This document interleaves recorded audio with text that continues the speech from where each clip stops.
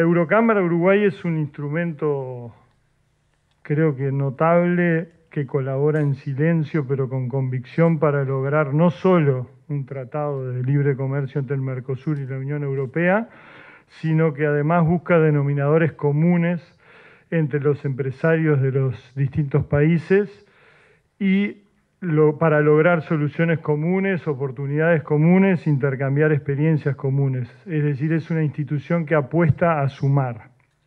Como empresarios, naturalmente, tenemos hoy en día problema con los puentes, con los puertos, con mandar mercadería a Brasil no es simplemente un papelito. Sinceramente, es todo bastante complicado para los empresarios. Pero, por otro lado, nosotros hoy vemos a miles y miles de empresas europeas que se benefician con el libre comercio entre ellas. Y si nosotros lo miramos, los problemas que tenemos nosotros ahora en la región es un juego de niños frente a los problemas que tenía Europa cuando nació la Unión Europea después de la guerra. Entonces, creo que el camino está en apostar, generar vínculos, generar relaciones, ganar entre las empresas y, naturalmente, no quejarnos tanto de que las cosas no funcionan, sino apostar a que las cosas salgan. Como institución que representa un sinnúmero de empresas uruguayas o empresas europeas o empresas europeo-uruguayas o uruguayo-europeas, depende cómo lo queremos ver, creemos que un acuerdo de libre comercio entre el Mercosur y la Unión Europea es casi un imperativo para asegurar que dentro de X años las empresas nuestras sigan estando vigentes y hayan podido dar ese salto de calidad necesario en un mundo cada vez más globalizado y competitivo. Si el objetivo de las cámaras binacionales es la construcción de puentes entre dos países, particularmente en el caso nuestro entre Uruguay y las diferentes naciones pertenecientes a la Unión Europea, para que a través de esos puentes circulen mercaderías, capitales, ideas, personas, esos puentes se entrelazan entre sí y se genera un puente binacional más grande, que es un puente Uruguay con Europa. Y si la extensión natural de ese puente sería un puente mucho más grande, que es Mercosur con Europa. Y ese puente, naturalmente, es un puente que nosotros entendemos que tiene que ser un puente de doble vía. No es aquella vieja historia donde se van las riquezas naturales de acá y nos venden espejitos de colores, sino que van productos que se originan en el Mercosur, que le tratemos de dar el mayor valor agregado posible y que vengan a través de esos puentes productos que se originen en Europa, que tienen tecnología, incorporen esa alta tecnología que nos va a beneficiar a nosotros para ir levantando la mira y mejorar nuestros productos básicos, transformando ese puente de doble vía en realidad en un círculo virtuoso donde, podríamos decir, en una espiral ascendente de negocios nos permita a ambos bloques mejorar la calidad de vida de la gente que vive a ambos lados del Atlántico. En este punto, una autocrítica para la Eurocámara, como nos pasa a todos en los carnés de la escuela de los niños o de los hijos nuestros, la Eurocámara puede y debe rendir más, como dicen los carnés. O sea que creo que la Eurocámara puede ser y debe ser más protagonista en este tipo de temas. Podremos discutir aranceles, podremos discutir excepciones, productos preferenciales. Todas estas discusiones van a seguir estando y por más acuerdo que haya o no haya, son discusiones que van a estar permanentes porque los procesos de integración son dinámicos, van cambiando y bueno, y nuestra posición como empresarios está en defender el avance de los acuerdos, pero no para impedir el avance de los otros, sino justamente tratando de avanzar juntos y de crecer juntos. Naturalmente tenemos un debe, todos los que estamos acá involucrados en estos temas, que es que el Mercosur primero tiene que funcionar como un verdadero bloque, con libertad de tránsito de personas y mercaderías y no verlo como una utopía, sino poner el esfuerzo para que paso a paso el Mercosur funcione, porque un acuerdo de libre comercio con la Unión Europea solo tiene sentido con un Mercosur funcionando. O sea, un Mercosur que no funciona carece totalmente de sentido la pregunta que está ahí. Y algo que debemos como empresarios es reclamarle al sector político que por favor no generen situaciones problemáticas de índole política, entre comillas, que nos compliquen la vida a los empresarios. Con esto no quiero asignar ni culpas ni responsabilidades, simplemente es un anhelo de los empresarios, que por favor los pueblos, tanto financiero, logístico, productivo, comercial, se arregla mucho mejor cuanto menos intervencionismo haya, cuanto se logran los acuerdos más fáciles y más rápido entre las empresas, y necesitamos del poder político, sí, reglas claras y permanentes, marcos que nos permitan actuar dentro del país y la región para luego lanzarnos a la Comunidad Europea con certezas de que no se nos van a cambiar las reglas de juego. Es decir, invertir con la seguridad de que las reglas no nos van a cambiar, pero asumir como empresarios los riesgos normales y habituales de un mundo empresarial. En este punto quiebro una lanza por el sector político, porque en los últimos años creo que con la ley de inversiones, zona franca, puerto libre, la participación público-privada, etcétera, son todas herramientas que con pequeñas modificaciones se han mantenido bastante constantes y bueno, y son buenos instrumentos al momento de captar las inversiones. Por último, quiero agradecer a los oradores que en estos momentos, digo, de tanta actividad política y eso, se han tomado tiempo para brindarnos sus opiniones y tal vez sean coincidentes o no entre ellos, no lo sabemos. Estamos ahora aparte en una época de donde se habla mucho de la famosa debatitis. Tal vez lo que no queremos es generar un debate, lo que queremos es sumar y que no sea un diálogo de sordos, sino un intercambio fructífero para ponernos un poco de pienso a todos para ir avanzando en este tema.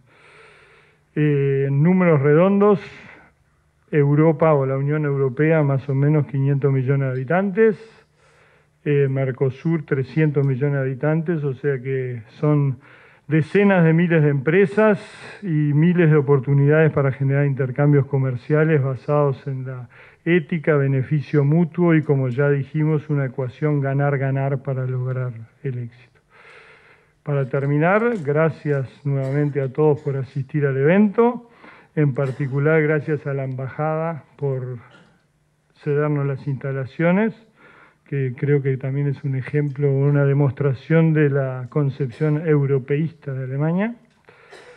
Muchas gracias a la delegación de la Unión Europea por asistir al evento también, que es una demostración, ¿no? O sea, el hecho de estar acá es el apoyo y confirmar esta apuesta de Mercosur-Unión Europea.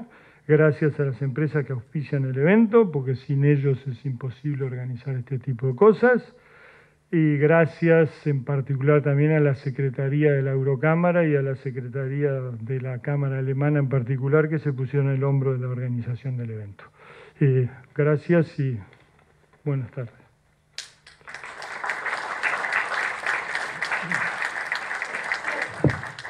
Muchas gracias. Vamos a cerrar el protocolo de la bienvenida con la señora Claudia Gintersdorfer, maestrías en Estudios de Integración y en Política Internacional, coordinadora del Comité Político y de Seguridad del Consejo de Ministros de la Unión Europea, un órgano clave además para la política exterior y de seguridad de la Unión Europea. Actualmente es encargada de negocios y jefa de sección política, prensa e información de la delegación de la Unión Europea en nuestro país. Adelante.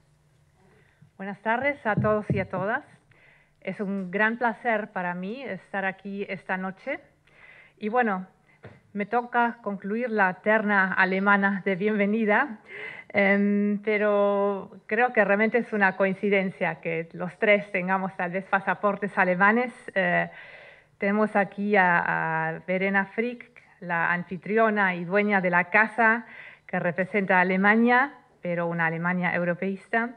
Y tomo la oportunidad de agradecer la hospitalidad aquí esta noche. Paul Ritzler, que está aquí, de hecho, con dos sombreros, el de la Cámara de Industria y Comercio Alemana y también como presidente de la Eurocámara. cargo que recién asumió, y quisiera agradecerle mucho por organizar este evento. Y bueno, yo en cambio, que aunque soy alemana, he trabajado toda mi vida para las instituciones europeas. Creo que entre los tres somos un buen ejemplo de las múltiples identidades en el mundo de hoy.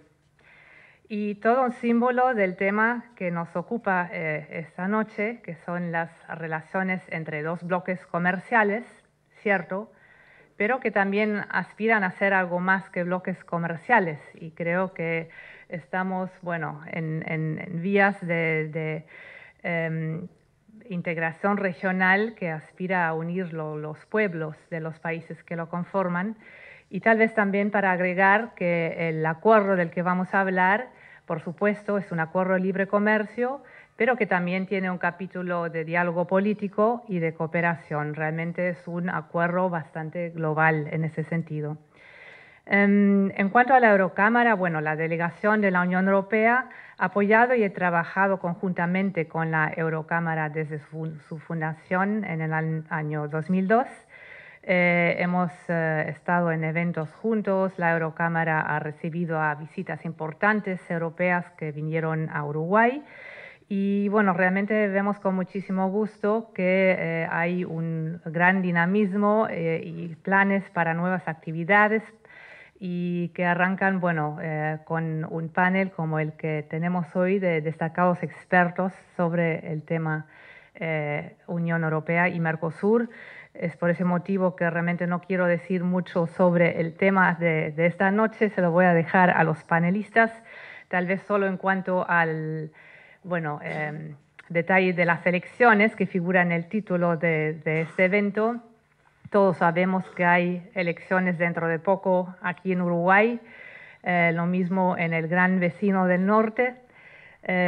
Yo quisiera decir que en Europa ya tuvimos elecciones este año al Parlamento Europeo, en mayo de este año, y que bueno, estas elecciones iniciaron un proceso de definición de las nuevas autoridades europeas, así que tenemos ya, digamos, los tres puestos clave designados: un nuevo presidente de la Comisión, que es el señor Juncker; un nuevo presidente del Consejo Europeo, el señor Tusk; y también una nueva alta representante para la política exterior, que es la señora Mogherini, todas de diferentes nacionalidades europeas. Y bueno, creo que a pesar de estos cambios, la negociación Unión Europea y Mercosur es algo que realmente trasciende, y no creo que debería de depender del, digamos, gobierno de turno. Bueno, con esto dejo el espacio y el tiempo que resta al debate del panel, y muchísimas gracias por su atención.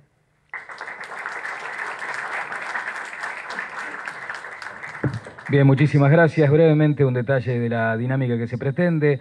En la medida de lo posible, cuando ustedes tengan alguna inquietud, alzan la mano y la secretaria de la organización estará tomando nota de la pregunta que desean realizar. Seré impiadoso con el tiempo por una cuestión de agenda, porque además estamos en el cierre de la jornada. Quiere decir que aún aquellos que tienen algunos compromisos deben irse en determinado momento, y algunos otros están también ya bastante fatigados. Quiere decir que con el tema del tiempo estaremos bastante ajustados. Habrá 12 minutos por cada uno de los calificadísimos oradores de esta jornada, que comenzarán sus participaciones en orden alfabético. Es así que tengo el agrado de presentar al doctor Sergio Abreu, doctor en Derecho y Ciencias Sociales de la Universidad de la República. Fue ministro de Industria, Energía y Minería entre 2000 y 2002. También ha sido canciller, actualmente senador de la República, presidente de la Comisión de Asuntos Internacionales del Senado. Doctor Abreu. Allí. Perfecto. Bueno, muchas gracias. Con estos 12 minutos, quizás por lo menos empezamos con un éxito contra la inflación.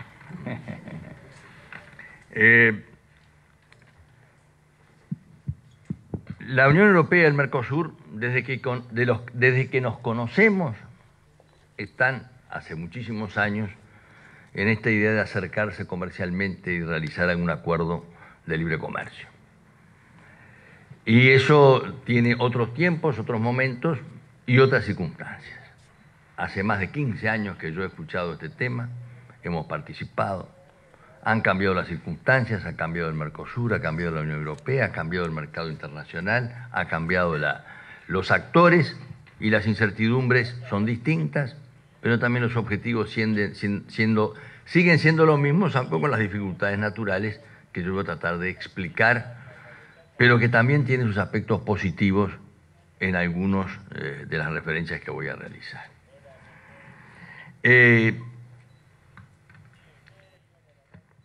Cuando se empezó a hablar del acuerdo Unión Europea-Mercosur, en aquel tiempo el Mercosur del año 1995 iba a un ritmo importante, se ha aumentado el porcentaje de comercio interno casi al 40% o más.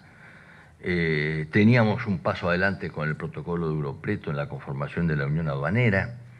Existía, diríamos, toda una proyección que daba incluso hasta esa famosa anécdota que yo refiero cuando el canciller Ritela les decía a el comisario europeo, con esa natural simpatía que tenía él y además con esa característica de la inflación de autoestima que es muy sudamericana, le decía, si ustedes los europeos hubieran estado al mismo ritmo que hicimos nosotros en Mercosur, hubieran llegado mucho más lejos.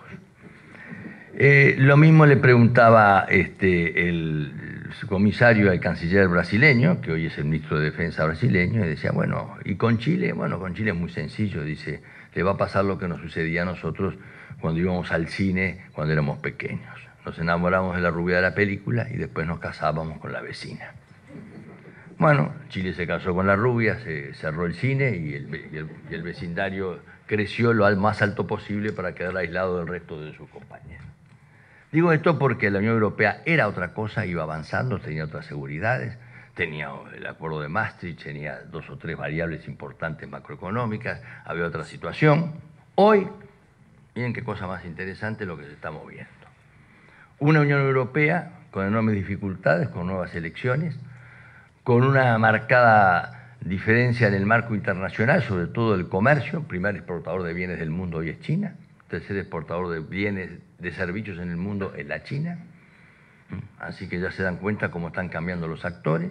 Y obviamente tiene además un cambio importante en las 2 grandes crisis que se han producido, pero sobre todo en el ámbito de seguridad de los países desarrollados, Estados Unidos y Europa, con crisis que todavía estamos por salir y por ver de qué manera se puede resurgir. Con resultados obviamente positivos para aquellos países emergentes, como se les llaman, sobre todo por el precio de las materias primas o los commodities, que hoy quizás es el centro de todas estas negociaciones. Durante mucho tiempo el tema agrícola fue quizás el obstáculo más grande, por un lado, y por otro lado el sector industrial, por el lado brasileño. La protección brasileña y el modelo de sustitución de importaciones brasileños, obviamente de la mano de la Federación de Industria de San Pablo, no estaba dispuesta a abrir su mercado y a competir en forma directa con los productos europeos. Pues de la misma forma es que la PAC, o la Política Agrícola Común, no estaba dispuesta a hacer concesiones importantísimas para lo que era para nosotros prioridad en materia agrícola. Bueno, esto ha cambiado enormemente. Es decir, han cambiado las circunstancias, entre otras cosas, porque hoy la Unión Europea ha pasado una crisis muy grande y hoy la fotografía de la Unión Europea está planteada, entre otras cosas, por una crisis política importante en el ámbito con Rusia y con Ucrania. Y ese tema ha afectado enormemente porque las sanciones que se le aplican a Rusia y las retaliaciones de Rusia, sobre todo para el tema agrícola que le está aplicando la Unión Europea, afectan a Dinamarca en muchas de sus líneas de producción, afectan a países con exportaciones importantes del sector agrícola y Rusia contesta con este tipo de medidas a el resto de la Unión Europea, que trata de sancionarla por la actitud que ha tenido con Ucrania, que tuvo la osadía de poder querer ingresar en la Unión Europea, y eso fue la dificultad que se planteó frente nada menos que al imperio ruso, que más allá de la ideología, los imperios son imperios hasta por naturaleza genética.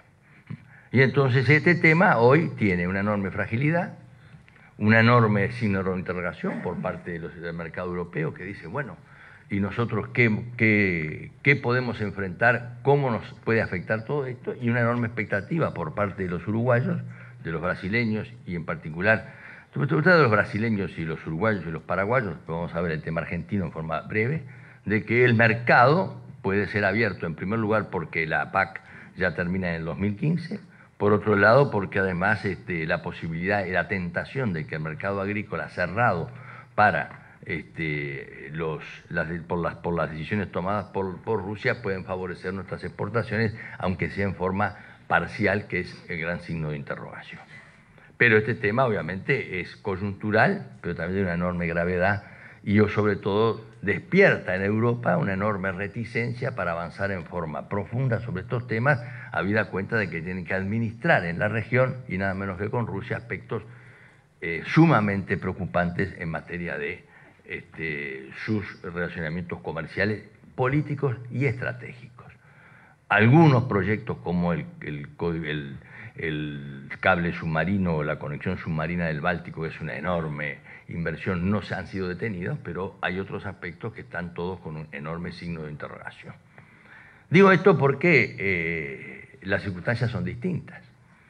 Y si bien se puede haber expectativas de favorecer nuestro acceso al mercado, puede ser provisorio por un lado, pero por otro lado están limitados, entre otras cosas, por la falta de ánimo y de voluntad política que puede tener un nuevo Parlamento Europeo frente a circunstancias que ya son diferentes.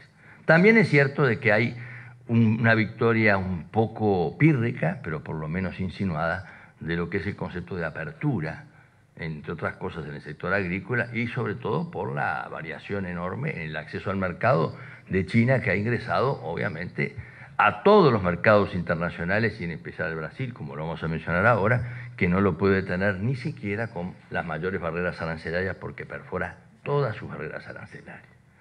Este tema de Europa, yo tengo un enorme signo de interrogación, no sé cómo se va a manejar, no soy muy optimista respecto de resultados concretos en los próximos tiempos, de Europa, porque la pelota está del lado europeo en particular, porque del lado del Mercosur ha cambiado las cosas en forma bastante importante. El Mercosur hay que ir a reconocerlo ahora. Si algo que apuntó o ayudó Pitangui en su visión brasileña es que nos ha hecho una cirugía estética que ya no sabemos quiénes somos. Tenemos un enorme problema de reconocimiento, primero porque Brasil ya no es tan proteccionista como antes, el principal interesado en el acuerdo con la Unión Europea es el Brasil, y es interesado porque las cadenas agrobusiness brasileñas de transnacionalidad están muy vinculadas con las inversiones europeas y están tratando de ingresar en un concepto de apertura distinto al modelo de protección de sustitución de importaciones que estuvieron durante muchos años, incluso en el propio Mercosur, donde las dificultades más claras era que bastaba que un camión uruguayo pasara la frontera brasileña para tener una medida que preguntar si el conductor tenía pie plano y por eso ya no pasaba la frontera. Digo esto porque ha cambiado de tal manera que el Brasil es el más interesado, con un socio, un viejo socio bilateral, que hoy es un compañero de ruta un tanto molesto.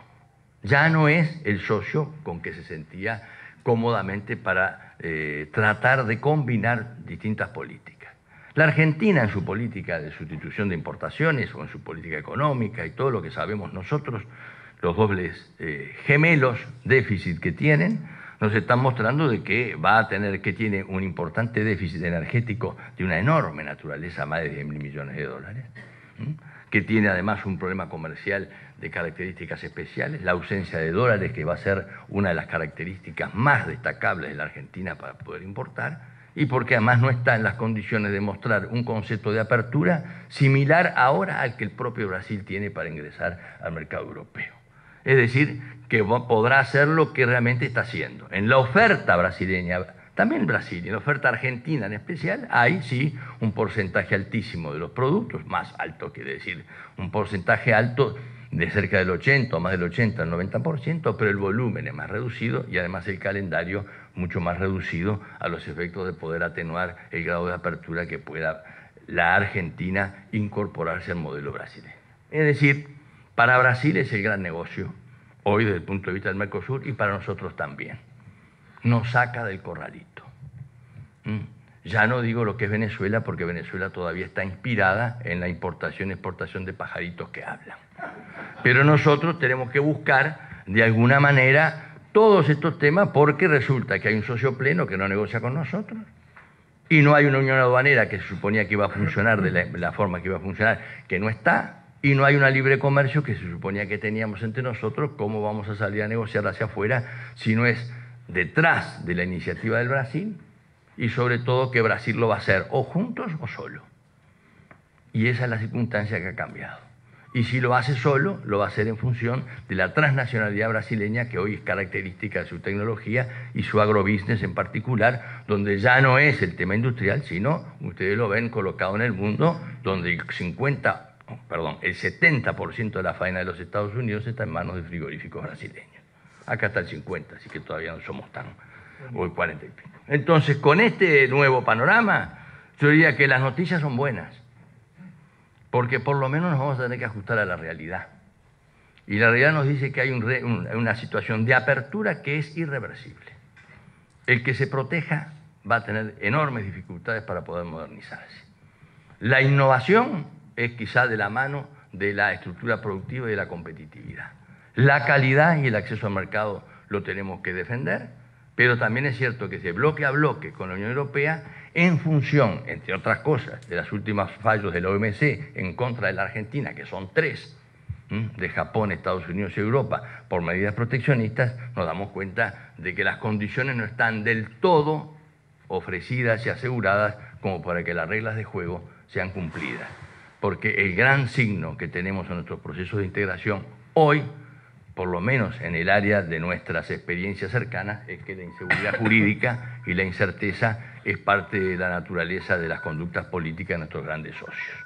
Y ese tema es quizás lo que podríamos a veces asegurar si cerráramos con Europa, porque nos va a exigir más seguridad jurídica y certeza que la que tenemos internamente. Pero por ahora, yo diría, para no hablar de las elecciones, porque las elecciones van a haber en muchos lados, lo que tenemos que buscar es una estrategia común, reflexionar en conjunto, dejarnos de esquemas y estereotipos mentales e ideológicos y pensar que el Uruguay tiene que tener una estrategia clara y definida para dejar de ser simplemente un actor de reparto en el ámbito del Mercosur. Bien. Muchas gracias.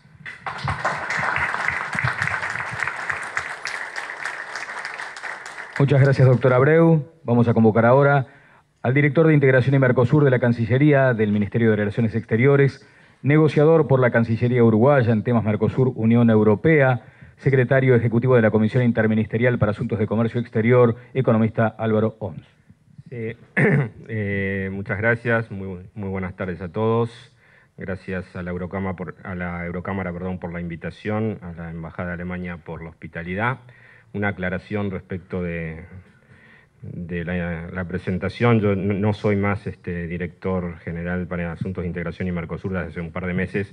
Sí sigo siendo secretario ejecutivo de la Comisión Interministerial para Asuntos de Comercio Exterior y sigo siendo encargado de coordinar el equipo negociador para el Acuerdo de Asociación Mercosur-Unión Europea. Dicho esto, a mí me gustaría centrarme en la pregunta del evento, desde ya para no aumentar expectativas. No voy a estar seguramente en condiciones de responderla, pero sí quizás de aportar algunos insumos. Voy a considerar 3 grandes bloques en la introducción. En primer lugar, un punteo, comentario sobre las características de este proceso de negociación, las más salientes quizás, y también, en cierta medida, una comparación entre lo que era la situación en 2004 y lo que es la situación hoy. En segundo lugar, quisiera tratar muy brevemente cuál es el estado de situación actual de la negociación y, por último, sí, enfocarme concretamente en la pregunta y cuáles entendemos que son las perspectivas en este proceso de negociación. El proceso de negociación, el acuerdo marco tiene cerca de 20 años y el proceso de negociación en sí ya tiene aproximadamente 15 años desde haber comenzado, con un periodo relativamente prolongado en el que no hubo propiamente negociaciones entre 2004 y 2010. Y yo creo que esta duración es indicador de al menos 2 cosas. En primer lugar, de la dificultad para llegar a un acuerdo. Y esta dificultad, más allá de cambio de posiciones de los gobiernos, que sean más o menos pro apertura, más allá de faltas de liderazgo de un lado o de otro, es evidentemente el reflejo de un tema de fondo, y es que la economía política de este acuerdo es complicadísima. Probablemente uno de los acuerdos de economía política más complicados de negociar, donde los intereses exportadores de uno coinciden casi perfectamente con los intereses proteccionistas del otro. Entonces, industria por un lado, agricultura para el otro. Entonces, claramente, más allá de temas de actitud, etcétera, de problemas que se puedan dar circunstancialmente, hay un problema de fondo y es que la economía política de este acuerdo es muy compleja. Y lo otro que entiendo que refleja el hecho de que estemos negociando esto hace 15 años es que existe un gran interés de ambos bloques por este acuerdo. Claramente, más allá de más o menos importancia que tiene la relación bilateral, cómo ha evolucionado, que la Unión Europea ahora pesa menos en las exportaciones al Mercosur que antes, etcétera. Más allá de eso, claramente la Unión Europea sigue siendo un actor principal en el comercio internacional. Nosotros tenemos con la Unión Europea una relación también particular en todos los ámbitos del comercio y los ámbitos económicos, inversiones, etcétera, y por lo tanto es un acuerdo que su interés no ha decaído más allá de alguna oscilación. Y esto me lleva a un segundo comentario que creo que es importante, al menos para explicar por qué pongo el énfasis en el pilar comercial de este acuerdo. Este acuerdo tiene 3 pilares: comercial, cooperación y político. Cooperación y político realmente no son un tema en la negociación, es una negociación prácticamente cerrada, y que si cada tanto se reabre algún tema es porque, bueno, en la medida que no se cierra el acuerdo, los temas son dinámicos, hay que volver a discutir algún punto porque los contenidos de las temáticas van cambiando. Y el punto crítico es el pilar comercial, pero ni siquiera es el pilar comercial, es algo muy específico dentro del pilar comercial, que es exactamente el comercio de mercancías. O sea, el tema crítico de este acuerdo es el comercio de mercancías. Yo no me puedo imaginar que si ambos bloques están más o menos satisfechos con la oferta del otro en materia de acceso al mercado de mercancías, este acuerdo no se haga por otro motivo. Esto no implica desconocer que hay temas muy sensibles, muy importantes, más allá del comercio de mercancías, está el comercio de servicios, el establecimiento de las inversiones, las compras gubernamentales, toda la temática de la propiedad intelectual. Ahora, más allá de eso, reconociendo la importancia que eso tiene, yo creo que si hay acuerdo en materia de acceso al mercado de mercancía, hay acuerdo de asociación entre el Mercosur y la Unión Europea. Y haciendo énfasis en el comercio de mercancía, un breve repaso de lo que era el contexto internacional hace 10 años, lo que es el contexto internacional hoy. O sea, hace 10 años tuvimos un proceso de negociación con la Unión Europea que llegó a la instancia de intercambio de oferta de acceso a mercados y que en octubre de 2004 esa negociación se cayó y más allá de algunos encuentros bilaterales fue retomada recién en el año 2010. Hay algunas cosas que han cambiado en el contexto internacional, varias fueron mencionadas por Sergio, yo me voy a concentrar en lo más comercial, y es que si pensamos en hace 10 años, el principal acuerdo comercial preferencial que se estaba negociando probablemente era Mercosur-Unión Europea. Y si vamos a algo un poco más amplio, los principales acuerdos comerciales que se negociaban eran Mercosur-Unión Europea y la Ronda de Doha. Estaba también el ALCA, pero ya entonces bastante debilitado. Hoy la situación es bien distinta. Probablemente Mercosur-Unión Europea no es ya el principal acuerdo comercial preferencial bajo negociación. Hay al menos un par más que son más importantes. El acuerdo transatlántico entre la UE y Estados Unidos probablemente sea más importante. El acuerdo transpacífico también probablemente sea más importante. Pero además de todo, el panorama se completa con que no hay ya un acuerdo realmente en materia de acceso a mercados que uno pueda prever en el marco multilateral en los próximos años. O sea, el ámbito multilateral claramente no nos va a dar resultados en materia de acceso a mercados en mercancía. Esto es relevante en la medida que, sobre todo, el Mercosur, que no ha logrado ningún acuerdo relevante con países en desarrollo que adquieren los productos que mayoritariamente integran nuestras exportaciones. Bueno, la única vía que nos queda para mejorar acceso a esos productos es la vía preferencial. O sea, no tenemos que olvidar de que la OMC pueda, el ámbito multilateral pueda otorgarnos algún acceso en el corto e incluso en el mediano plazo. Algunas otras puntualizaciones. Hay cambios en el comercio internacional. En los últimos 10 años hubo un incremento muy bien conocido del comercio de commodities. Si lo vemos desde la perspectiva del Mercosur, claramente la agricultura y la agroindustria pesan más en las exportaciones de los países que hace 10 años. Y eso no es solo un tema de precio. Si nosotros nos fijamos los volúmenes exportados por países del Mercosur, vamos a ver que hay incrementos de volúmenes en 10 años realmente significativos. Podemos tener un 40% en el caso de Brasil en carne bovina, un poco más incluso en carne de ave. Uruguay tuvo incrementos muy importantes en lo que es arroz, en lácteos. O sea que cuando estamos reviviendo, digamos, la negociación de agricultura con la Unión Europea, bueno, las cuotas en 2004 y las cuotas en 2014, la misma tonelada, no se compara con las mismas exportaciones totales. O sea, el Mercosur probablemente tiende a ser más exigente en ese sentido, en la medida que también es un exportador de mayores volúmenes de lo que era en el año 2004.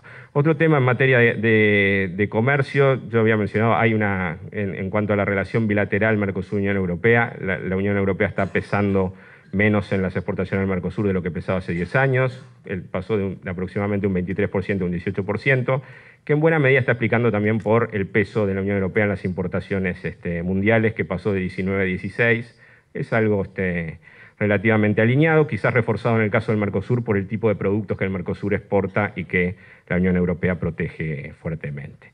Otro tema que creo que hay que mencionar es la caída del sistema generalizado de preferencias para los países del Mercosur. Creo que no es un tema de la máxima relevancia en la negociación bilateral, pero es un tema que incentiva a los países del Mercosur a avanzar en el acuerdo. Brasil tiene algunos miles de millones de dólares de productos industriales que se estaban canalizando a través del SGP. Nuestra situación es conocida, tenemos algunos sectores de actividad que eran fuertes usuarios del SGP, básicamente en el caso de los cítricos, los cueros y la industria de la pesca, o sea que es un tema relevante.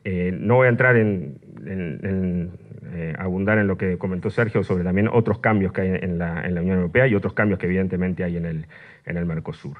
Siempre se habló, y ya es un latiguillo en esta negociación, que tenemos que llegar a un acuerdo ambicioso y equilibrado.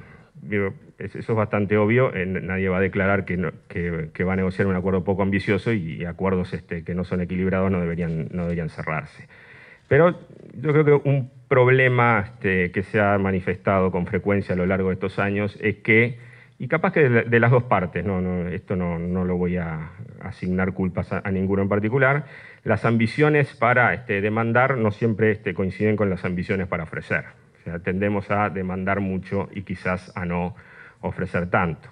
Este es un reclamo histórico del Mercosur. La Unión Europea es un fuerte demandante en acceso al mercado y en una lista muy larga de temas, y el Mercosur es fundamentalmente un demandante en temas de acceso al mercado. Ser muy ambiciosos o ser demasiado ambiciosos puede ser también una forma de que este acuerdo no se concrete nunca. Yo creo que más que ambiciosos tenemos que ser razonables y un acuerdo moderadamente ambicioso puede ser mucho mejor que la ausencia de acuerdo, que es lo que tenemos hasta este momento.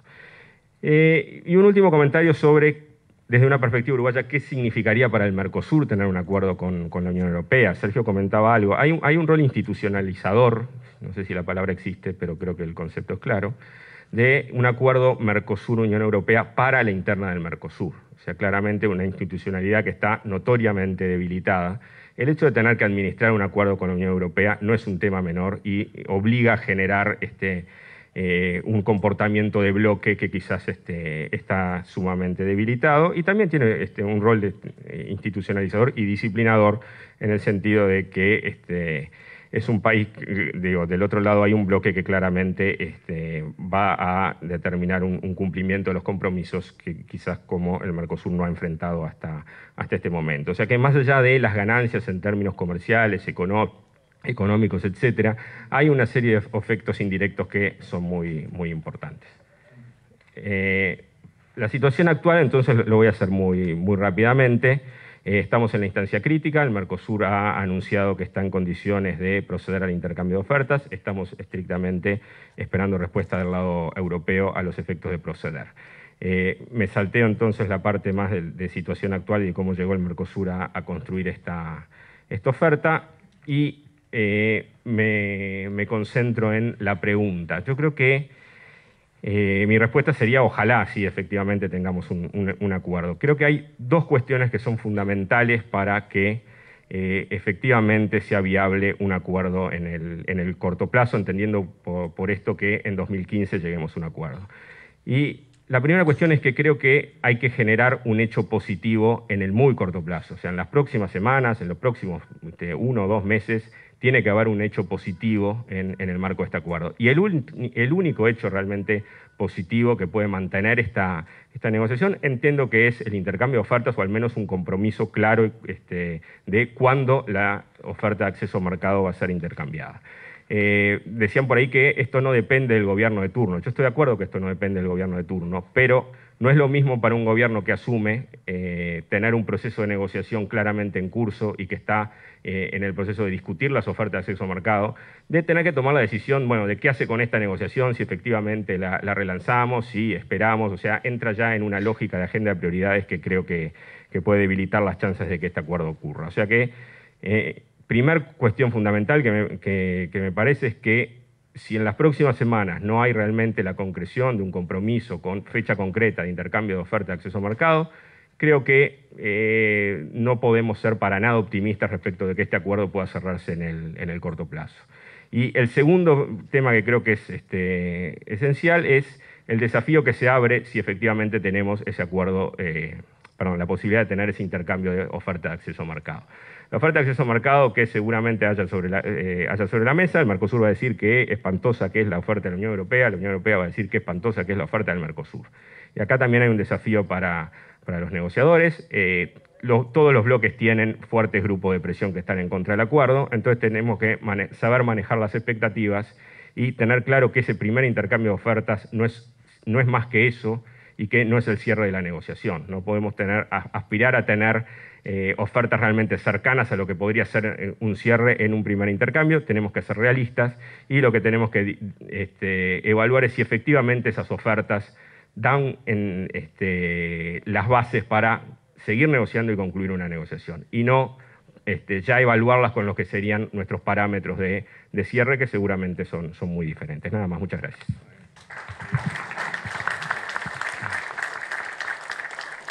Muchas gracias, economista Álvaro Ons. Vamos a convocar ahora a la oratoria del doctor Didier Operti, doctor en Derecho y Ciencias Sociales, catedrático de Derecho Internacional privado de la Facultad de Derecho y Ciencias Sociales de la Universidad del Uruguay.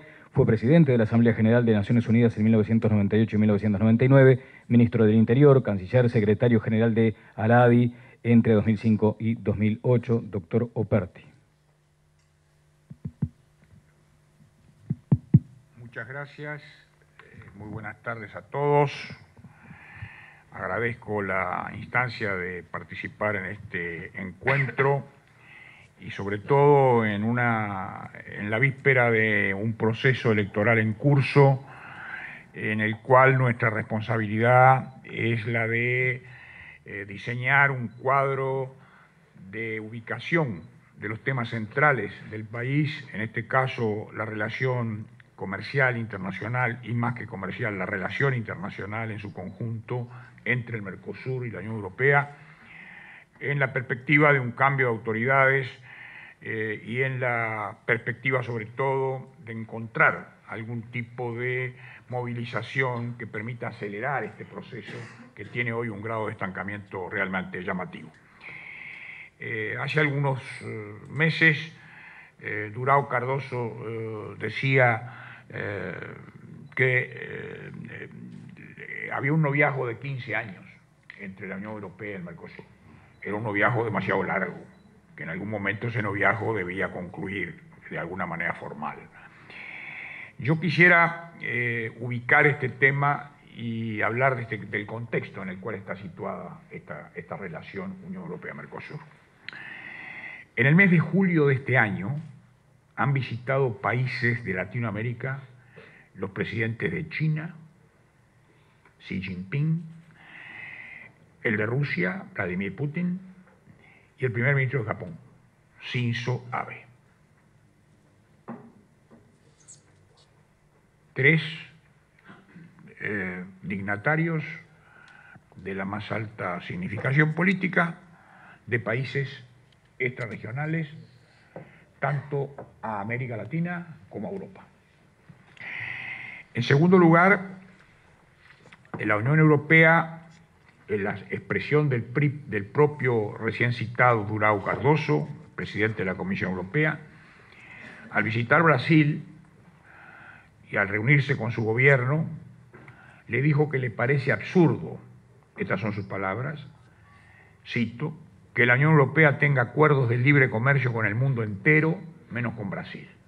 Lo dijo el presidente de la Comisión. Naturalmente, Argentina reaccionó y calificó esta expresión como un intento de romper el Mercosur. Veamos, dentro de este contexto, cuáles han sido los acuerdos de la Unión Europea con países de Latinoamérica, para también de esa manera ver qué plataforma de lanzamiento tenemos para un acuerdo Mercosur-Unión Europea. En el año 2013, la Unión Europea viene de celebrar un acuerdo con Ecuador. Y ya tenía antes de ese acuerdo con Ecuador 8 países de la región con los que ya los había celebrado y estaban en vigor.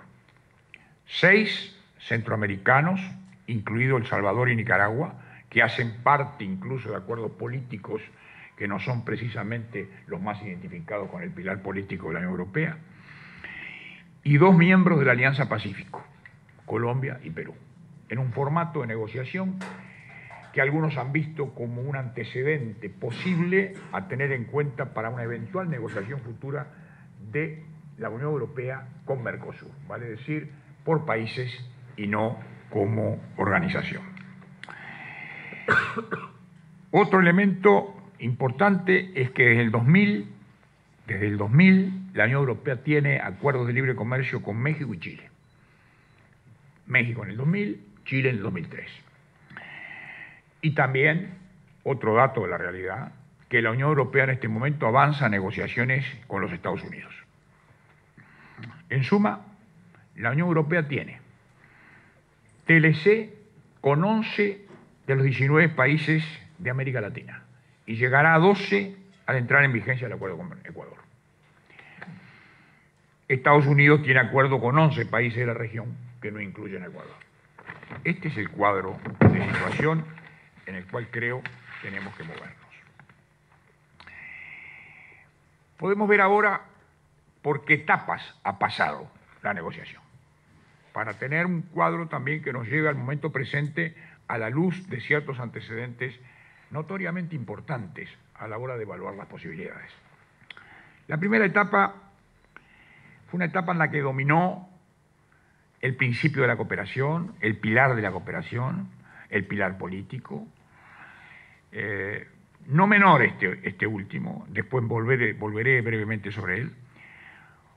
Una segunda etapa que la podríamos ubicar en el 2004, cuando hay la primera presentación de ofertas, ciertamente muy trabajosa. Yo era canciller en ese momento y puedo testimoniar que lograr el acuerdo de Brasil para presentar esa lista de ofertas a la Unión Europea fue un trabajo muy, muy arduo.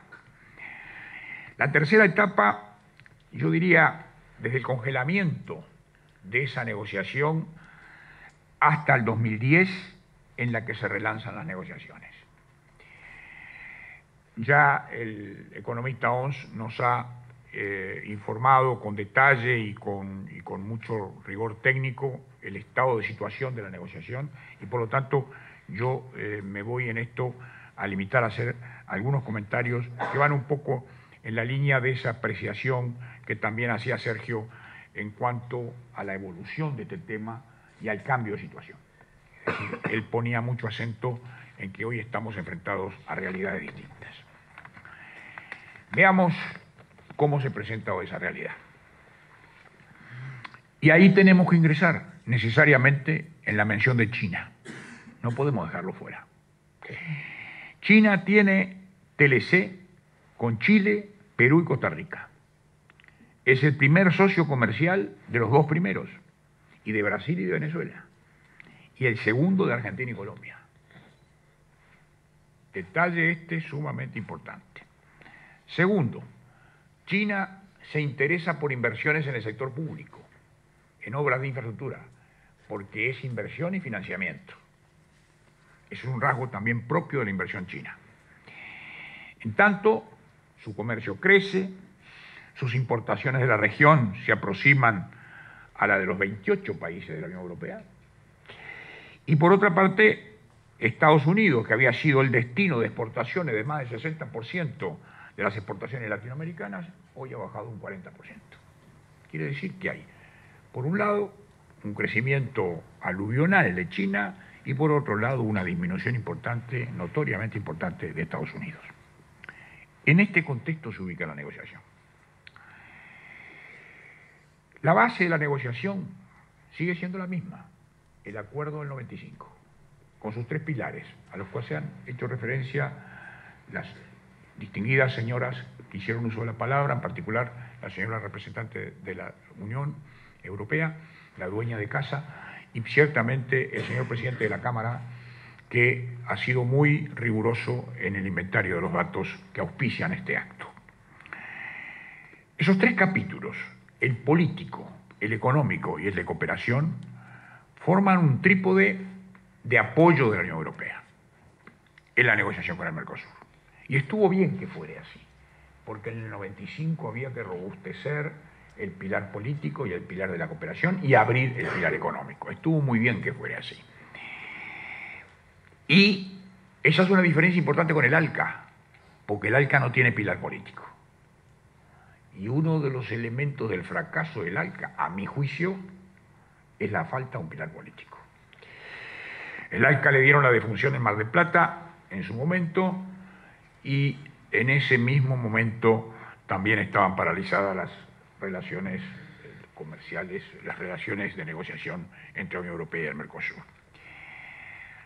Otro rasgo es que esta es una negociación entre regiones. Esta no es una negociación exclusivamente entre dos organizaciones.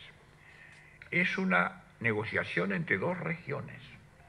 El Mercosur constituye una región, una subregión. Los países de América Latina son todos distintos.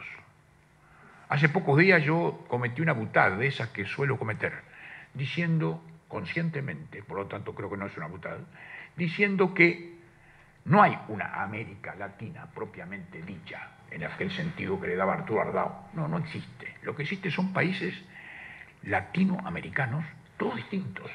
Y la mejor muestra de ello es precisamente esta diversidad de conexiones en el plano internacional que cada uno de ellos va llevando a cabo. Es una negociación entre regiones, pero la Unión Europea cambió mucho desde el 95 a la fecha.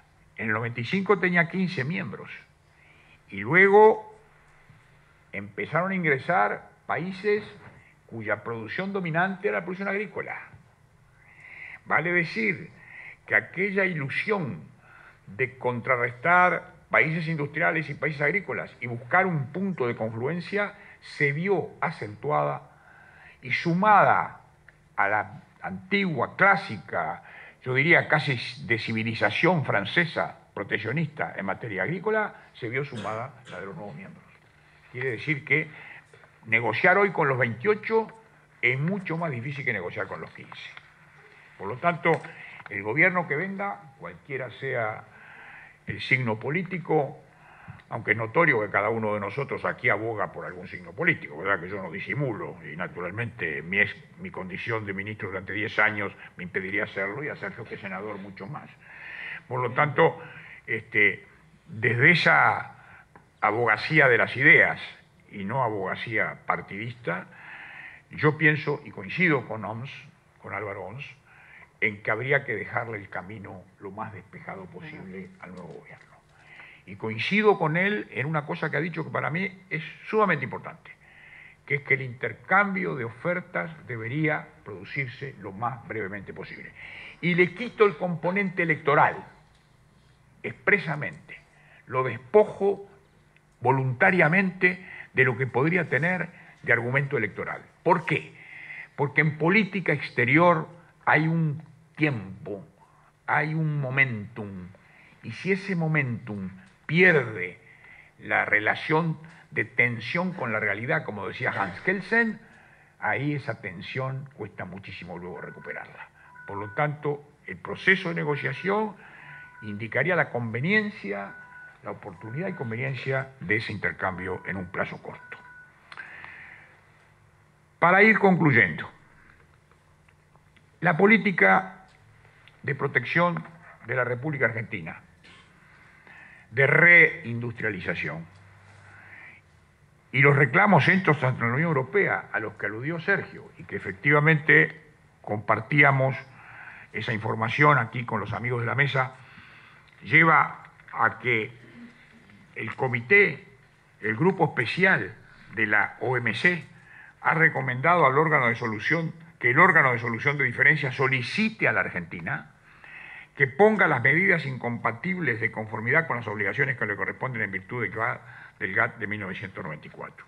Es decir, le dice que son incompatibles. ¿Y qué es incompatible? La licencia previa. Importante este elemento para Uruguay, porque Argentina le ha puesto licencias previas a nuestra producción exportable desde secula seculorum. No hemos ido a la OMC porque no tenemos tampoco una expertise de manejo suficiente y de disposición de recursos como para llevar a ese nivel. Pero claro, la Unión Europea, los Estados Unidos y Japón la han llevado y han obtenido este resultado. Por lo tanto, en la región tenemos problemas. Hay países que tienen problemas. Y tienen problemas a nivel del comercio internacional. Y esto es muy importante tenerlo presente. No olvidar que dentro del Mercosur, especialmente en Brasil, hay todavía quienes se oponen al acuerdo Unión Europea-Mercosur. Peña Guimarães se opuso siempre y fue un asesor directo de Lula, un hombre de gran importancia en el gobierno de Lula. Yo no sé cuál va a ser la orientación del nuevo gobierno de Brasil, porque tampoco sé cuál va a ser el nuevo gobierno. Y por lo tanto, como no sé eso, no sé cuál de estas dos opiniones, la favorable al acuerdo de la FIESBI, de la Federación Industrial de San Pablo, o la de Itamaraty o Itamaraty Presidencia, ya termino, pero voy a terminar diciendo lo que quiero decir. Entonces, esta modificación en la situación interna del Brasil y de la Argentina y de la Unión Europea, que se ve en la víspera de una eventual nueva Guerra Fría. La Unión Europea está en un momento muy complejo, con acciones militares en ciernes extraeuropeas de Estados Unidos en Asia y con acciones de defensa de la OTAN dentro del territorio europeo. Es decir, estamos dentro de un panorama internacional en que la primera ocupación de la prensa europea y de los medios políticos europeos no es el acuerdo con el Mercosur. El acuerdo por el Mercosur me parece mencionar. La preocupación fundamental es evitar que el Estado Islámico, el EI, se instale en el tejido social europeo. Termino. Se habló de posibilidades de negociar en forma separada. Creo que se insinuó de alguna manera por OMS esa idea, la idea de, en fin, esa posibilidad de que pudiera haber alguna tendencia a negociar en forma separada. No es que él la aliente, digo que está dentro del panorama. Y él creo que la alienta. Bueno, le he sacado una conclusión muy importante para mí. Decir que el señor que tiene tantas responsabilidades importantes alienta esa negociación, supone que está de acuerdo en una buena medida con la FIESBI de Brasil, que quiere eso. Yo digo lo siguiente, si bien no ha sido planteada oficialmente la conveniencia y oportunidad de trabajar, de negociar en forma separada, que no lo ha sido planteado, anda en el aire, está en el aire, porque no avanza Doha, no avanza la OMC, es difícil avisorar un acuerdo en lo inmediato Unión Europea-Mercosur, hay quienes hablan de un acuerdo light, ahora se usa mucho lo de los acuerdos light, como si fuera la Coca-Cola, ¿no? Es decir, termino, hay una nueva realidad, en la región, fuera de la región, en el mundo, en el Medio Oriente, en Europa, hay una agenda internacional extremadamente compleja que hace que la negociación comercial hoy no esté ocupando el primer capítulo de la atención.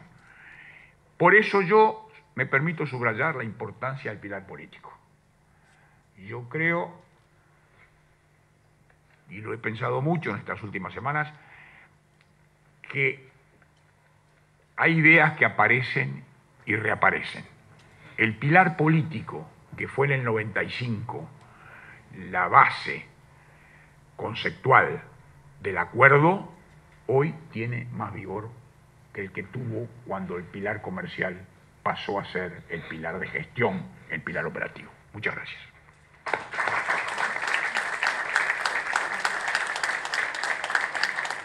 Muchas gracias, doctor Operti. Además de haberse excedido 5 minutos 13 segundos de su tiempo, va a llegar tarde el compromiso que me anunció previamente, ¿eh? Así que va a correr con ese riesgo. Vamos a convocar ahora al economista Marcel Bayán, doctor en Economía, profesor titular de Comercio Internacional del Departamento de Economía de la Facultad de Ciencias Sociales. En el periodo 2004-2006 se desempeñó como consultor económico de la Secretaría del Mercosur. Economista Bayán. Bueno, muchas gracias a los organizadores, a la Cámara, a la Embajada de Alemania, a la Unión Europea. Es un gusto estar acá y compartir la mesa con estos colegas y amigos con los cuales nos toca, voy a resaltar algo, subrayar algo para empezar, digamos, de que nosotros acá supuestamente estamos con nuestros sombreros políticos y no se notó hasta ahora ni se va a notar con lo que yo voy a intervenir. Yo creo que eso es una buena noticia para el Uruguay. Quisiera empezar con esta idea de que el Uruguay ha hecho de su política de inserción internacional una política de Estado y lo ha hecho no de manera explícitamente, lo ha hecho un poco de facto. Es decir, cada gobierno que ha venido sobre el otro no ha revertido en aquellas políticas estructurales que hacen a la internacionalización de una economía pequeña, lo cual es una política esencial y fundamental. Esto yo creo que es algo muy bueno. En el caso de la Unión Europea y el Mercosur, no puedo dejar de hacer una referencia, todos la han hecho al tiempo de negociación. Es una anécdota personal. Yo empecé mi actividad académica y profesional estudiando, creo yo, la negociación Unión Europea-Mercosur. Mi hijo más pequeño era un escolar y este año publicó un artículo con él ya tiene 2 años de economista, que es sobre la negociación Unión Europea-Mercosur. Es una cosa difícil de conjeturar y es algo que nos toma a la risa, pero algo nos tiene que decir sobre los poderes públicos, sobre las autoridades, sobre las estrategias y los responsables de este resultado. Claramente, definitivamente, el Uruguay no es un responsable, ni ninguno de los gobiernos que intervinieron durante todo este periodo, que todos han hecho, entiendo yo, todo lo posible en la materia negociadora, porque al Uruguay tiene todo para ganar en un acuerdo con la Unión Europea. En esa dirección, creo que hay que hacer un poco un diagnóstico, porque Álvaro dijo bien que habló sobre el tema del tiempo y que la duración era una señal del interés. Yo creo que la duración también es una señal de otra cosa. Yo creo que el interés es el interés en la negociación, o yo me abro la pregunta, ¿ha sido por parte de alguno de los actores principales el interés fundamental? ¿Ha sido el interés de estar en la negociación, pero no de concluirla? Esto yo creo que es algo relativamente evidente, que la estrategia revelada sobre lo que han hecho los actores principales en este caso ha sido esta. Y creo que esto ha sido efectivamente la política que Brasil siguió en el pasado, sigue en el presente y creo que seguirá en el futuro. En este caso, si bien entiendo y comparto las manifestaciones que se han hecho sobre un cambio y un giro dentro de la interna brasilera, no observo ese cambio en las autoridades de gobierno responsables que tienen el liderazgo de las decisiones. Yo creo que Brasil claramente ha querido negociar con la Unión Europea, pero no ha querido concluir un acuerdo, ¿sí? Y la Unión Europea, por otra parte, es corresponsable de esta situación porque le ha seguido el juego a Brasil. Se ha planteado una negociación y un formato de la negociación que no me va a dar el tiempo para abundar en él, es absolutamente imposible de concluir entre la Unión Europea y el Mercosur. El contenido, los objetivos, la forma de la negociación que la Unión y la Comisión se ha planteado con el Mercosur no se puede llevar a la práctica. Y esto no se debe a que la Unión Europea sea inexperta en materia, o la Comisión de la Unión Europea sea inexperta en materia de integración económica. Sin duda que la Unión Europea es la máquina de integración económica más relevante del mundo. Es una máquina de integración económica hacia adentro, por lo que ha significado la ampliación y el pasaje de 15 a los 28 miembros que tiene en la actualidad. Es una máquina de integración porque ha suscrito acuerdos con toda su vecindad, con su vecindad geográfica. y que ha sido de alguna manera y sigue siendo el proceso de integración de nuevos miembros. Es una máquina de integración porque ha firmado acuerdos extrarregionales con muchísimos países africanos. Y es una máquina de integración porque, como bien lo ilustraba el doctor Operti, ha tenido una activísima relación de integración con Latinoamérica y con la particularidad que los formatos de integración que ha tenido en Latinoamérica son de los formatos más profundos, de integración más profunda que tiene en acuerdos con terceros la Unión Europea, lo cual también marca la prioridad que la Unión Europea ha tenido con Latinoamérica. Pero acá hay que hacer una precisión. La Unión Europea en Latinoamérica ha sido reactiva a la conducta de Estados Unidos. Típicamente lo que ha hecho la Unión Europea es suscribir un acuerdo profundo una vez que alguno de los países de Latinoamérica lo hizo con Estados Unidos. Hay solo dos excepciones a esto, uno es el CARICOM, que lo mencionó el doctor Operti, y el segundo es lo que recientemente ocurrió con los países andinos con el caso de Ecuador, que yo lo pongo como una curiosidad, y discúlpenme si hay algún ecuatoriano.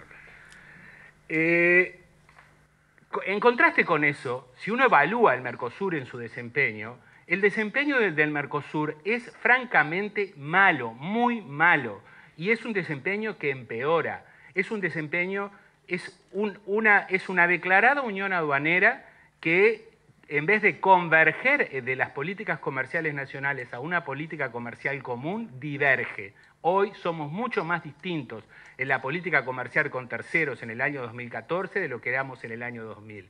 Y estamos a 20 años de Europreto. Estamos a 20 años que hicimos el arancel externo común.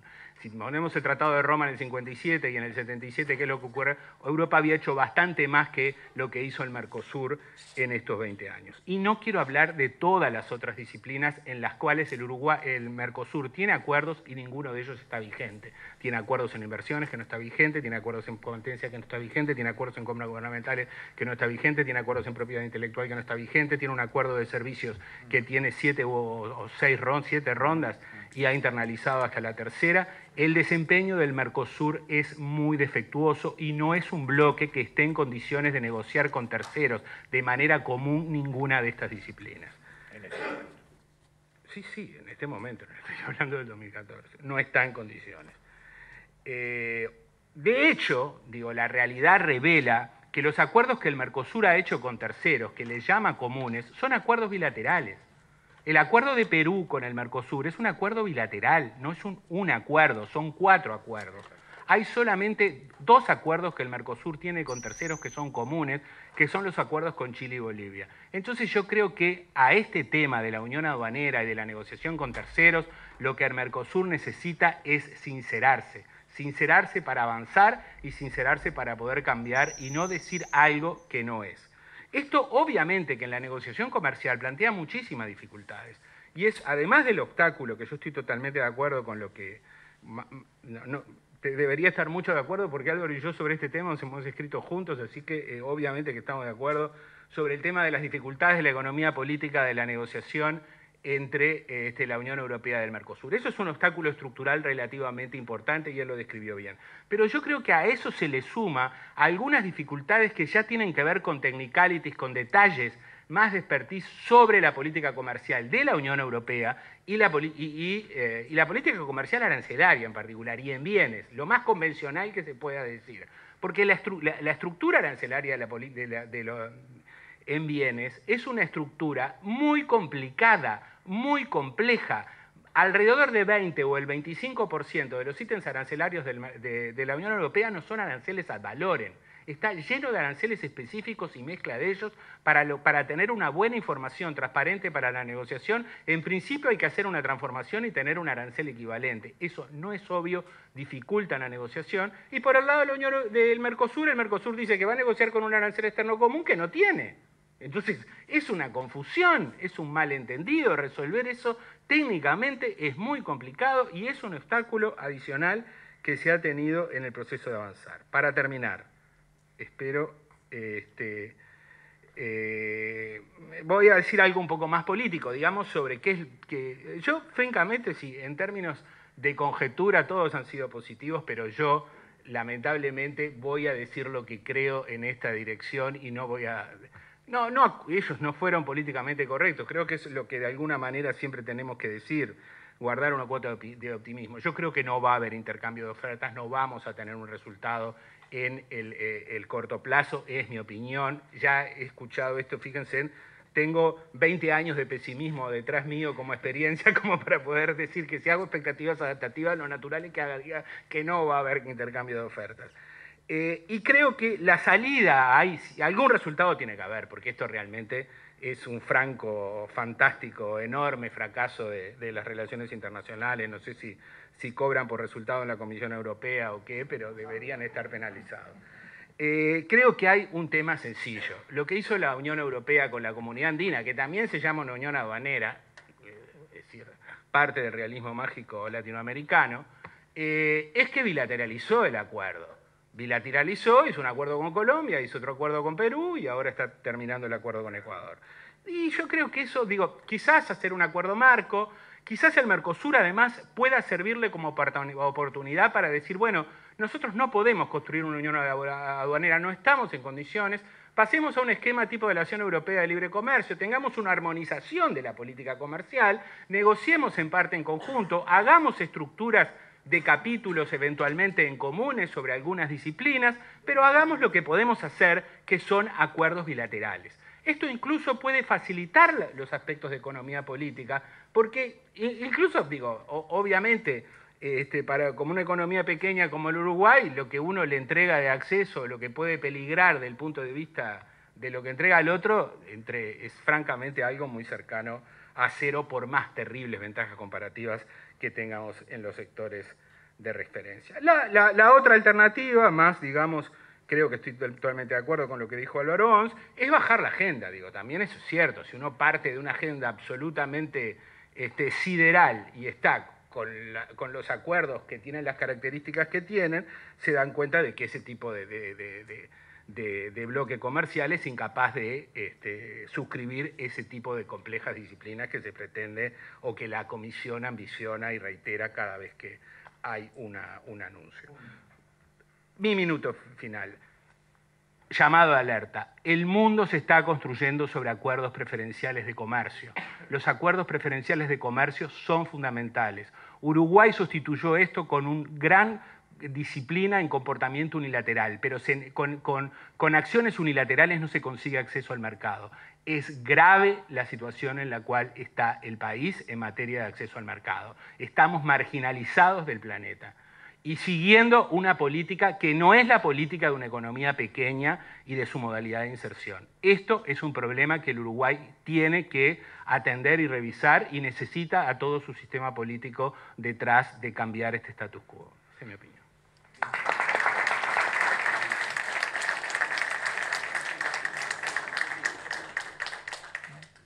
Muchísimas gracias, economista Marcelo Ayán. Siempre es bueno escuchar a la gente que sabe. Quiere decir que seguramente celebramos todos estar en esta instancia. Lo que ahora apelo es a ustedes para saber si hay alguna consulta, como les decíamos hoy, en cuanto a la dinámica. Alzan la mano, alguna de las secretarias allí recogerá la pregunta y la trasladaremos con mucho gusto, pero si les parece, algunas de mi cuño y desde mi ignorancia sobre estos temas tan delicados y complejos, y hacemos el mismo orden, si le parece. Señor senador Abreu, usted dice que las incertidumbres persisten, que la Unión Europea también no supera totalmente sus dificultades, no es muy optimista. ¿Y por qué señaló que la pelota está en el lado europeo? O sea, ¿dónde advierte usted que está la principal traba? ¿En lo político, en lo comercial, en los lobbies de presión? El conflicto político europeo es un conflicto, como mencionaba Didier, de carácter de guerra fría nueva, que tampoco es muy fría.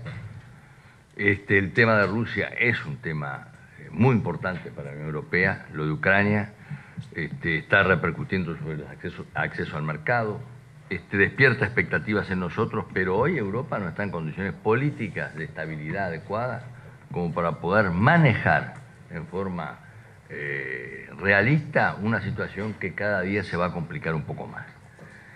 Y con la nueva integración del Parlamento Europeo se empiezan a prender las luces amarillas respecto de la posibilidad de avanzar si no se tiene antes un panorama un poco más cierto sobre la realidad política, económica, pero sobre todo política estratégica, que significa nada menos que la crisis con Ucrania y obviamente los temas adicionales que están vinculados a la globalización de algunos temas de confrontación o de determinadas fuerzas que están más allá de los problemas ideológicos, como es el terrorismo fundamentalista. Bien. Economista Álvaro Ons, usted habló también de dificultades para llegar a un acuerdo. Bueno, ya está reseñado ese aspecto. La economía política del acuerdo es complicadísima y usted lo advierte como un tema de fondo. 15 años negociando, se ha citado esta especie de número no mágico en este caso. ¿Por qué debería existir esperanza ahora sobre el tramo final de su participación? Señala eso, la urgencia, pero también la confianza. ¿Por qué tiene que ser ahora y no sucedió antes? Tengo la impresión que transmití un optimismo que realmente no tengo, pero yo creo haber dicho que entendía que era un hecho crítico a los efectos de ser optimista en que este acuerdo se cerrara, que era el intercambio de ofertas en el muy corto plazo. No puedo decir que sea pesimista al respecto, tampoco soy muy optimista. Creo que estamos en un momento muy particular. Creo que las dificultades han sido reseñadas. Cada uno de quienes están en la mesa creo que ha mencionado distintos tipos de dificultades. Entonces yo no soy particularmente optimista ni particularmente pesimista. Eso de la urgencia en cuanto a presentar ofertas, ¿no? Yo creo que si no ocurre en el muy corto plazo un intercambio de ofertas, es muy difícil que tengamos un acuerdo en el 2015. Creo que ya las dificultades van a, digamos, a primar sobre el interés negociador y creo que nos podríamos ir olvidando de tener un acuerdo en el año 2015. Entonces, hay una urgencia en el sentido de que si no ocurre eso, creo que es difícil que la respuesta a la pregunta sea positiva. ¿Es muy difícil que ocurra eso? Sí, es muy difícil. La pelota entiendo que además está en la cancha de la Unión Europea por otro motivo, y es que en ocasión de la última reunión del Mercosur, en la cumbre de presidentes, hubo una declaración presidencial en el sentido de que el Mercosur está con oferta pronta para intercambiar con la Unión Europea y que tenemos interés en fijar el momento de hacerlo, y por lo tanto estamos esperando una respuesta del lado europeo a este respecto, a los efectos de poder proceder al intercambio. Creo que en ese sentido también la pelota está del lado europeo. Importante la precisión. Doctor Operti, de acuerdo a los TLC que la Unión Europea ya tiene firmados, ¿tendría sus cometidos cumplidos entonces? O sea, ¿es prescindible o puede entenderse como prescindible el Mercosur? A mi juicio esto muestra que la Unión Europea se maneja el tema de la inserción comercial con flexibilidad. No se ajusta a un modelo único. Y quizá esa flexibilidad tenga que ser vista por nosotros como un elemento de información importante. El hecho de que la Unión Europea haya hecho acuerdos bilaterales con Perú y Colombia, por ejemplo, y no con la CAN, no con la Comunidad Andina, muestraría para aquellos que están pensando en acuerdos de distinta velocidad que la Unión Europea pudiera eventualmente hacer acuerdos con Brasil, con Uruguay, Paraguay, y de repente Argentina quedara de otra manera. Hay un articulista argentino que yo leo con bastante frecuencia, que es Félix Peña, que señala el daño que le causaría a Argentina, que sería una especie, digamos, de sanción adicional a la situación que vive Argentina, este tipo de solución fraccionadora, digamos, de la negociación. Pero eso no depende, obviamente, de Argentina, depende básicamente de la Unión Europea, de Brasil y de los países que pudieran seguirlo en esa línea. El otro elemento muy breve que creo yo que surge de su pregunta es algo que Sergio Abreu planteó al comienzo, que es la necesidad de ajustarse a la nueva realidad. Me parece que este es un elemento sumamente importante. La realidad del 2014-2015 es distinta. Del 2015 al 2020 habrá una nueva PAC, habrá una nueva política agrícola común, entre otras cosas, entre otros datos de la realidad. Y ese es un dato importante. La Unión Europea va a tener una nueva política agrícola común. Por lo tanto, estos cambios están mostrando realmente la necesidad de una flexibilidad. Hay cambios de gobierno en países nuestros, Han cambiado las autoridades de la Unión Europea, hay nuevo parlamento, hay eurodiputados, por ejemplo, que ya se han pronunciado abiertamente en contra del acuerdo con el Mercosur. Hay opinión pública contraria en el Parlamento. Hay una nueva secretaria de Relaciones Exteriores, italiana, por cierto, y persona joven, pero muy capacitada, que tendrá la responsabilidad de conducir las relaciones externas de la Unión Europea. Está el premier de Polonia a cargo de la presidencia de la Comisión. Hay una serie de elementos que del Consejo, perdón, que hay elementos nuevos en las autoridades que debemos tomar en cuenta. La gente cuando llega a un cargo, lo primero que hace es ubicarse y ver cuáles son sus límites, y creo que esto se va a dar dentro de la Unión Europea. Por lo tanto, comparto que el amigo Ons no sea optimista. Creo que él hace una expresión de deseos, pero no va más allá de eso. Y yo comparto esa expresión de deseos. Bien. Gracias. Economista Bayán, Uruguay hizo de su política internacional una política de Estado que se mantiene, ¿entiende usted? Como un primer comentario, ¿sí o no? Sí, definitivamente sí, yo creo que sí, que se ha mantenido. Bien, ¿comparten los restantes integrantes de la mesa? Bueno, Bueno, es otro tema, ¿no? Sí. Podría, me estoy hablando, podría ilustrarlo, ¿no? En términos de qué políticas, entiendo, han sido importantes para el Uruguay, desde arrancando por lo que ha significado la liberalización de puertos, la ley de zona franca, la ley de inversiones, las leyes sectoriales en materia de software y audiovisual. Si han habido cambios, han habido cambios en el perfeccionamiento o en la modificación, en la línea de... Y creo que eso el Uruguay lo ha recogido en tasas de crecimiento generales del país, en el éxito que ha habido en materia de inversión productiva y inversión extranjera directa en particular, y que de algún modo el Uruguay, además de un gran escenario externo favorable que tuvo en la última década, esta vigorosa internacionalización de la economía y cambio en su estructura productiva tiene que ver también con lo que hizo en materia productiva en los 90, con lo que fue la apertura del Mercosur. Si el Mercosur no nos sirvió mucho en materia de acceso, sí de alguna manera significó un ajuste contractivo, doloroso en ciertos sectores industriales de menor desempeño relativo y menor competitividad, lo cual dio lugar a la posibilidad de tener un ajuste en la dirección contraria, en la dirección de un ajuste expansivo competitivo que se dio en la última década. Y creo que eso fue recoger sobre políticas que se llevaron a cabo en los últimos años que no fueron revertidas. Bien. ¿Tiene interés de responder algo? No, me parece notable esto, porque lo más importante de todo, lo más polémico de todo, el amigo Bayán, con una habilidad encomiable, lo plantea en los descuentos. Sí. Lo plantea en los descuentos. Y entonces me obliga a mí a una cometida sin Suárez, ¿no? y sin Suárez, y sin morder, que me parece complicada, pero que en todo caso no puedo renunciar a ella. Yo digo que política de Estado es continuidad de principios fundamentales. Yo distingo entre política de gobierno y política de Estado. Hay un trabajo mío publicado en la revista del Ministerio de Relaciones Exteriores que un poco ilustra con detalles sobre ese aspecto.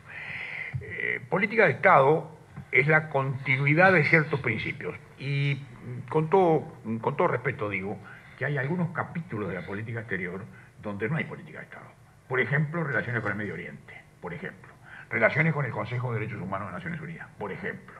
Relaciones institucionales en el marco del Mercosur. Suspensión ilegítima de Paraguay e ingreso ilegítimo de Venezuela. Ahí hay violaciones claras del Estado de Derecho del Mercosur. Y por lo tanto yo no puedo silenciar, porque eso es discontinuidad de una política de Estado uno de cuyos soportes fundamentales es la obediencia a los instrumentos internacionales. Bien, ¿algunos comentarios de Abreu? Yo preferiría postergar esta discusión para otra oportunidad, porque ustedes se imaginan que podríamos estar viendo... A mí me parece que tenemos que enviar una señal, creo que lo que ha dicho Didier es importante. Sí recuerdo que de la ley de zonas francas, de la ley de puertos, de la ley de inversiones y de la ley de forestación, hubo un partido político que nunca lo votó. ¿Algún comentario, economista Ons? Y que la de zona franca se intenta modificar. Exacto. Sí, por un régimen bastante superior que el vigente.